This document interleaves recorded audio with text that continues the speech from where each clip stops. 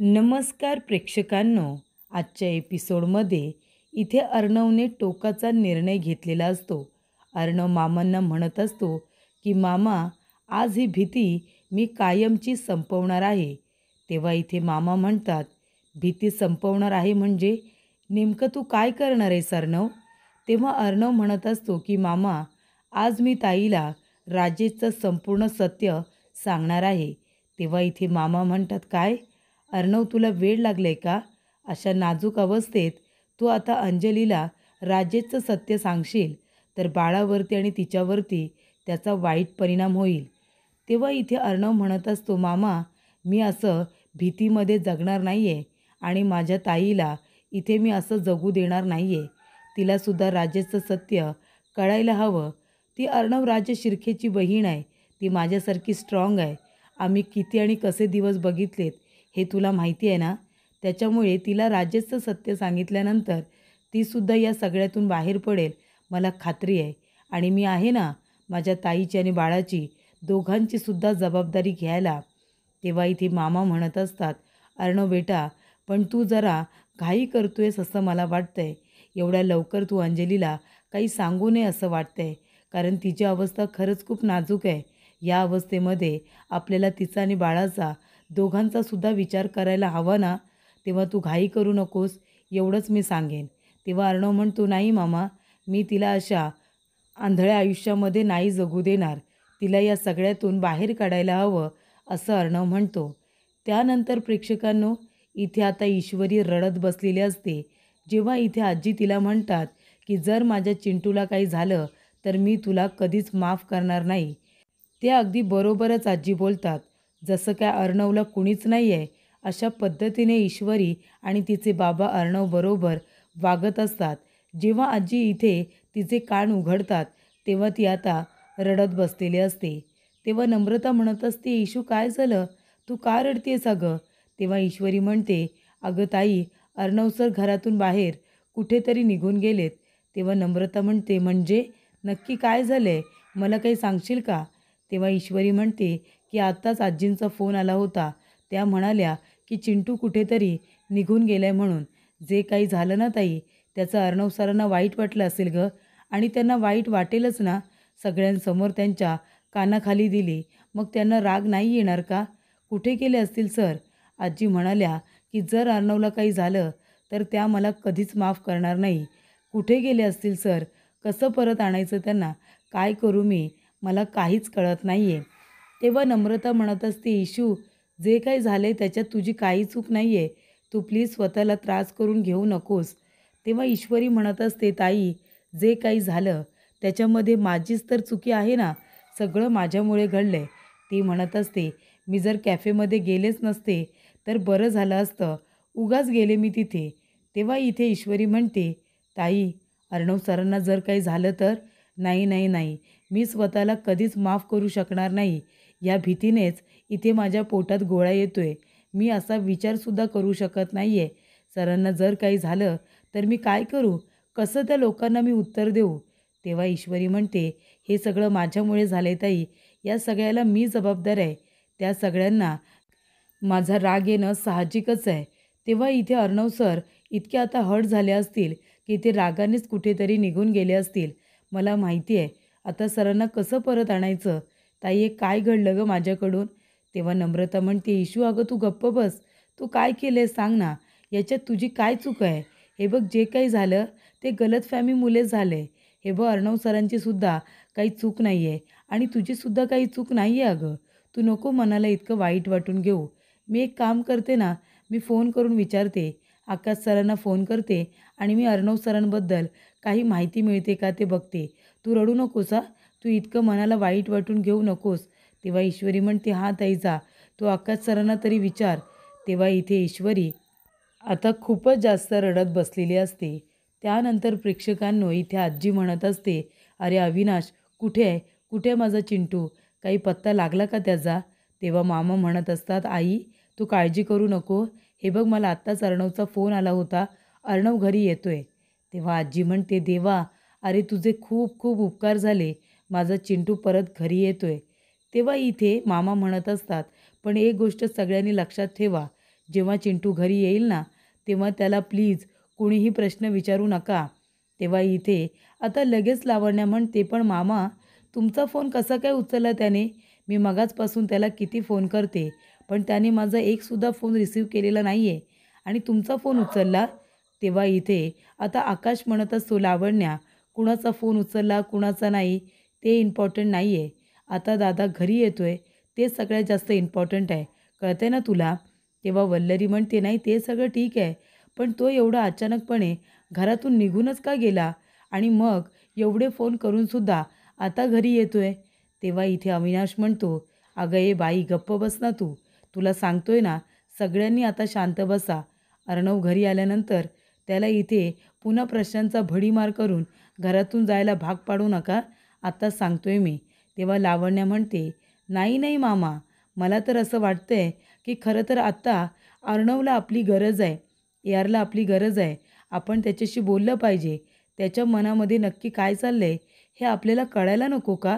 म्हणून आपण त्याला सगळेजण सपोर्ट करूया, त्याच्याबरोबर बोलूया, त्याच्या मनात काय आहे ते जाणून घेऊया.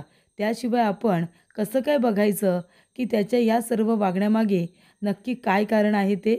तेव्हा प्रेक्षकांनो आजी म्हणत असते, हे बघ लावण्या, तू ARला एवढं कितीसं ओळखतेस गं?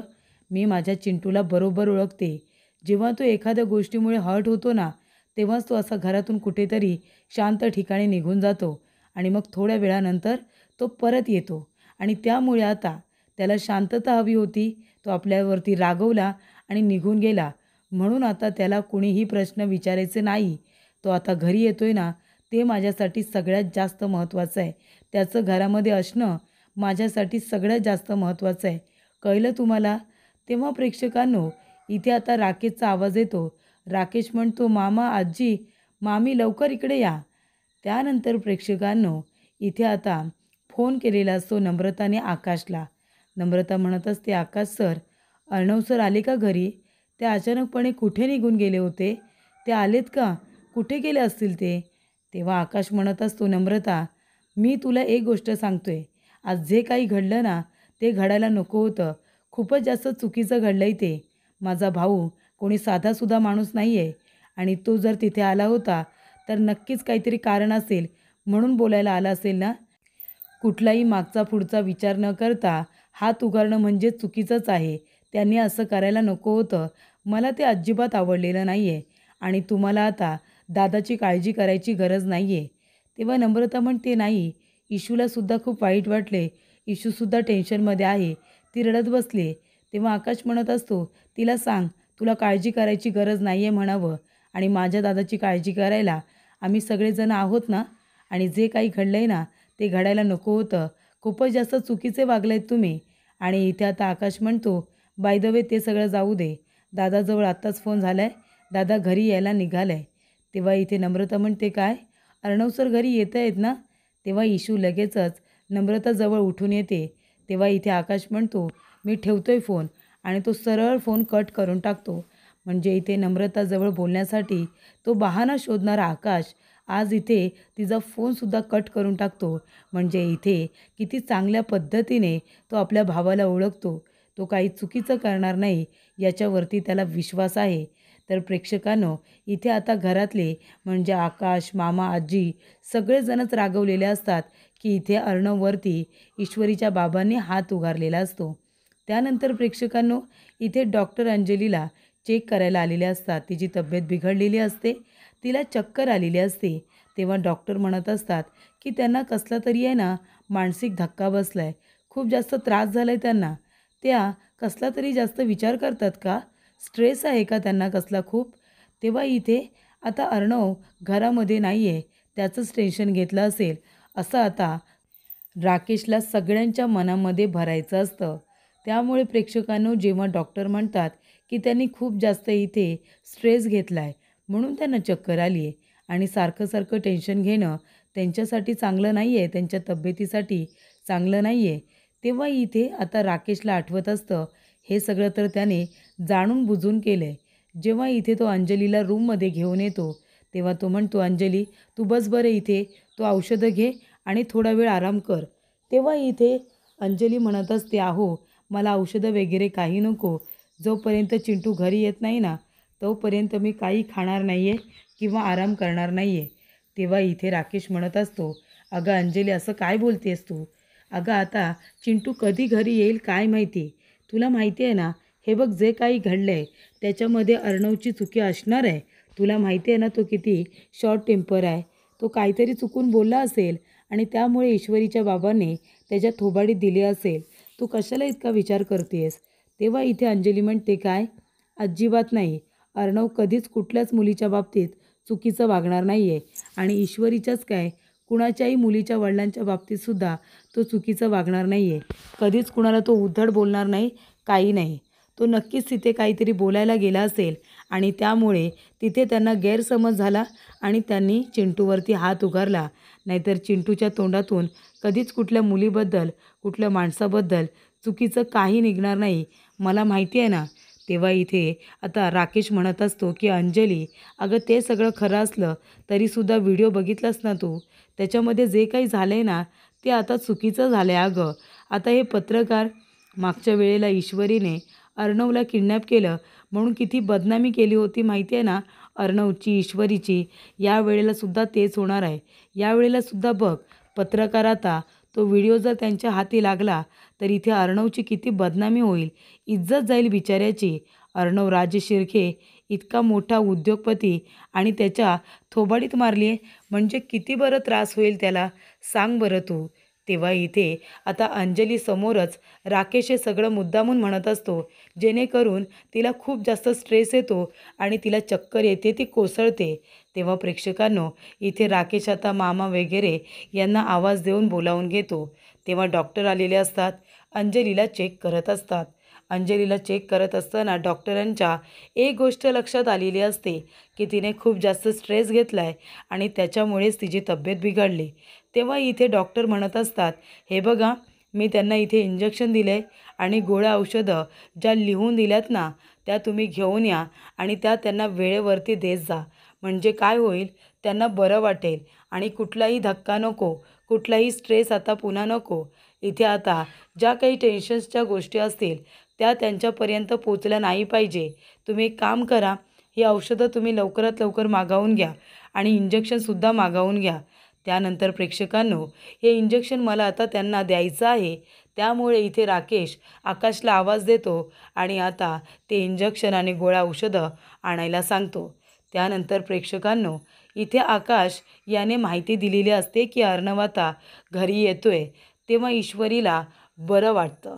तर इथे हे सगळं खरं तर ईश्वरीमुळेच झालेलं असतं. इतके दिवस आता ती अर्णवबरोबर आहे. अर्णव कसा आहे तिला बरोबर माहिती आहे. जर तो इतक्या डेस्परेटली काहीतरी सांगण्याचा प्रयत्न करतोय तर निदान आपण ऐकून तरी घेतलं पाहिजे. ही साधी गोष्ट ईश्वरीला कळत नाही का? इतके दिवस आपण बघतोय सगळ्यांच्या आधी हवं तेवढं बोलत असते, नको नको ते बोलत असते आणि जेव्हा इथे अर्णव तिच्याजवळ बोलायला आलंय तेव्हासुद्धा तीच बोलत राहते. अर्णवला बोलूच देत नाही. नक्की त्याला काय सांगायचं आहे हे ती ऐकूनच घेत नाही आणि आपल्या वडिलांच्या समोरसुद्धा इतकी बडबड करत राहते. मग जर बाबा एखादा माणूस चांगला आहे आणि त्याच्याबद्दल कुणाचा गैरसमज झाला असेल तर सांगायला नको का की अर्णव कसा आहे ते, त्याने आत्तापर्यंत किती मदत केली. या सगळ्या गोष्टी स्वतःचे वडील असले म्हणून काय झालं, पण त्यांना सांगायला तर हव्यात. पण इथे ईश्वरी ते करत नाही आणि खरं तर हे सगळं तिच्यामुळेच घडलं आहे असं मला तरी वाटतं. त्यानंतर प्रेक्षकांनो सुप्रिया म्हणते, काय झालं? तेव्हा इथे नम्रता म्हणत असते, अगं अर्णव सर घरातून कुठेतरी निघून गेले होते त्यामुळे इशू टेन्शनमध्ये आली होती, पण आता अर्णव सर घरी यायला निघालेत. तेव्हा इथे सुप्रिया म्हणते, आणि इशू या सगळ्याची जबाबदार तू स्वतःला म्हणाली असशील ना, स्वतःला सगळा दोष देऊन मोकळी झाली असशील ना. तेव्हा इथे ईश्वरी म्हणते, आई अगं पण हे सगळं काय घडलं गं? आज जे काही घडलं आहे ना त्याच्यामुळे अर्णव सरांच्या घरच्यांच्या मनातून मी कायमची उतरले असं मला वाटतंय. आमच्यामध्ये आता खूप जास्त अंतर निर्माण झालं आहे. तेव्हा सुप्रिया म्हणते, हे बघ तू काळजी करू नको, सगळं काही ठीक होईल. एकेकाळी मी सुद्धा अशा वळणावरती उभी होते, म्हणजे तिथे आपली काही चूक नसते तरीसुद्धा आपल्याला असं वाटतं की सगळा दोष आपलाच आहे. तेव्हा इथे माझ्या आयुष्यातसुद्धा असा क्षण आला होता, पण त्या प्रत्येक गोष्टीतून मार्ग काढायचाच असतो. काळाकुट्ट अंधार असतो ना, त्याच्यानंतर एक छान अशी पहाट होते, बरोबर ना? म्हणूनच आता गैरसमज झाले असतील, पण नंतरला सगळं काही व्यवस्थित होईल. तू काळजी करू नको, असं सुप्रिया ईश्वरीला म्हणत असते. तर प्रेक्षकांनो, अर्णव आता घरी आलेला असतो. अर्णव तयारीत आलेला असतो, की इथे आता अंजलीला विश्वासात घेऊन तिला शांतपणे सगळं काही सांगायचं आणि तिला प्रोटेक्ट करायचं त्या राकेशपासून, असं आता अर्णवने ठरवलेलं असतं. तेव्हा इथे अर्णव येत असताना मामा त्याला आता भेटतात. कारण इथे अर्णवने ठरवले की अंजलीला संपूर्ण सत्य सांगायचं, पण डॉक्टरांनी सांगितलं आहे की इथे अंजलीला आता स्ट्रेस येईल अशी कुठलीच गोष्ट सांगायची नाही आहे. तेव्हा इथे मामा येतात आणि म्हणतात, "अरे अर्णव, ऐक माझं." तेव्हा अर्णव म्हणतो, "मामा प्लीज, प्लीज आता मला थांबवण्याचा प्रयत्न करू नकोस. आज मी ताईला सगळं सत्य सांगणार आहे. तिला या भ्रमातून बाहेर काढणार आहे की राकेश एक चांगला माणूस आहे." तेव्हा मामा म्हणतात, "मी काय बोलतोय ते निदान ऐकून तरी घेशील का? हे बघ, तू अंजलीला आत्ताच काही सांगायला जाऊ नकोस, कारण तिची कंडिशन खूप जास्त क्रिटिकल आहे. अरे तिला चक्कर आली, बेशुद्ध झाली होती ती. तिला चेक करायला डॉक्टरसुद्धा आलेत. त्याच्यामुळे मी तुला फक्त एवढेच सांगेन की आता तू अंजलीला काही सांगू नकोस. आपण योग्य वेळ बघितल्यानंतर तिला सगळं काही सांगू. प्लीज, नाही सांगणार ना?" तेव्हा अर्णव म्हणतो, "नाही मामा, मी आता काही बोलणार नाही आहे. मला ताईला तर भेटू दे." तेव्हा इथे अर्णव धावत पडत येतो आणि म्हणत असतो, "ताई, ताई कशी आहेस तू?" तेव्हा इथे आता अंजलीसुद्धा फक्त चिंटू चिंटू एवढंच बोलत असते. तेव्हा प्रेक्षकांनो, इथे आता अंजली म्हणत असते, "चिंटू, अरे कुठे गेला होतास तू?" तेव्हा अर्णव म्हणतो, "ताई, मी एका ठिकाणी शांत बसलो होतो. मी कुठेही गेलो नव्हतो ताई. हे बघ, मी आता आलोय ना मी. प्लीज ताई, स्वतःला प्लीज त्रास करून घेऊ नकोस. मी आहे बघ इथे. अजिबात तू आता कसलाही विचार करायचा नाहीस. मी आलोय ना. शांत हो, शांत हो. आपण नंतरला शांतपणे बोलू. ठीक आहे ना?" तेव्हा प्रेक्षकांनो, इथे आता राकेश स्वतःच्या नाटकाला सुरुवात करतो. राकेश म्हणत असतो, "अरे अर्णव, कुठे गेला होतास तू? तुला माहिती आहे ना, तुझ्या काळजीने तुझी बहीण इथे किती कासावीस होते. अरे तुला आता तिची, बाळाची, दोघांची सुद्धा काळजी घ्यायची आहे. बरोबर ना? तिच्याकडे लक्ष द्यायचं आहे तुला, हो की नाही?" तेव्हा इथे अर्णव म्हणत असतो, "ताई, तू नको काळजी करू. मी तुझ्याबरोबर आहे आणि मी आहे ना तुझी काळजी घ्यायला. मी तुला काहीसुद्धा होऊ देणार नाही आणि जर तुला काही झालं तर कुणालाच सोडणारसुद्धा नाही." तेव्हा प्रेक्षकांनो, इथे आता राकेश म्हणत असतो, "अंजली, अगं बघतेस ना, चिंटू आलाय गं. पण आता तू अजिबात काळजी करू नकोस हां. मगाशी जसं टेन्शन घेतलंस तसं आता घेऊ नकोस. आणि अर्णव, तू पण असं घरातून कुठे निघून जाऊ नको रे. तुझी बहीण तुझी किती काळजी करते तुला माहिती आहे ना. तुलाच आता तुझ्या बहिणीची काळजी घ्यायची आहे, हो ना?" असं तो आता म्हणत असतो. तेव्हा अर्णव त्याच्याकडे रागारागाने बघत असतो. तेव्हा इथे प्रेक्षकांनो, डॉक्टर म्हणत असतात, "मिस्टर राज शिर्के, मला तुमच्याशी थोडं महत्त्वाचं बोलायचं आहे. तुम्ही येता का माझ्याबरोबर?" तेव्हा अर्णव म्हणतो, "हो, मी येतो ना." तेव्हा इथे अर्णव आता अंजलीला म्हणत असतो, "ताई, तू शांत हो हां. मी आता आलो आहे. मी आहे तुझ्याबरोबर. मी 2 मिनिटातच आलो." तेव्हा इथे आता अर्णव आपल्या बहिणीच्या डोक्यावरून हात फिरवत असतो. तिचा हात आपल्या हातामध्ये घेऊन बसलेला असतो. अर्णवला सगळ्यात जास्त जर काळजी कुणाची असेल तर ती अंजलीची काळजी असते. त्याला सगळ्यात जास्त महत्त्वाची आपली बहीण असते. तेव्हा इथे डॉक्टर आता म्हणत असतात, की "राज शिर्के, मला तुम्हाला महत्त्वाची गोष्ट सांगायची आहे. ती म्हणजे की तुमची बहीण अंजली, तिने कसला तरी स्ट्रेस घेतला आहे. म्हणजे हल्ली पहिल्या प्रेग्नन्सीमध्ये मुलींना टेन्शन येतं की इथे बाळ कसं वाढत असेल, डिलिव्हरी कशी होईल, बाळ जन्माला आल्यानंतर मी त्याचा सांभाळ कसा करेल, मी त्याला व्यवस्थित वाढवू शकेन ना. म्हणजे काही काही मुली असा विचार करतात. पण इथे तुमच्या बहिणीच्या केसबद्दल थोडी सिच्युएशन वेगळी आहे." तेव्हा अर्णव म्हणतो, "म्हणजे नक्की काय झाले माझ्या ताईला?" तेव्हा इथे डॉक्टर म्हणत असतात, की "तेच कळत नाही आहे. त्या छोट्या छोट्या गोष्टीचा खूप जास्त स्ट्रेस घेत आहेत. त्यांची मानसिक अवस्था थोडी वीक झाली असं वाटतंय मला. म्हणजे त्या कमकुवत झाल्यात. त्यांना आता कुठलाही धक्का सहन होणार नाही. ज्या काही टेन्शनच्या गोष्टी असतील, स्ट्रेसच्या गोष्टी असतील, तुम्ही त्यांच्यापर्यंत पोहोचू देऊ नका. त्यामुळे त्यांना इथे जास्तीत जास्त आनंदी ठेवण्याचा प्रयत्न करा. त्यांना चक्कर येईल, त्यांना त्रास होईल, असं त्यांना काही कळलं नाही पाहिजे असं डॉक्टर म्हणतात. तेव्हा इथे डॉक्टर आता म्हणालेले असतात की मला मिस्टर राज शिर्के यांच्याजवळ बोलायचं आहे. पण इथे आता मागोमाग त्यांच्या आलेला असतो राकेश. तो तर नीचपणासारखा प्रत्येक ठिकाणी करतच असतो. त्यामुळे प्रेक्षकांनो, इथे आता राकेश अर्णवला म्हणत असतो, काय रे चिंटू, बघितलंस ना तू, तुझ्या ताईला किती चक्कर आली ते. अशीच चक्कर तिला येत राहील. जर माझ्या आड येण्याचा प्रयत्न केलास ना तर तिला सारखी अशीच चक्कर येत राहील. त्याच्यामुळे गप्प बसायचं. इथे अंजलीला काहीसुद्धा सांगायला जायचं नाही. आणि जर तिला काही सांगायला गेलास तर काय होईल माहिती आहे ना.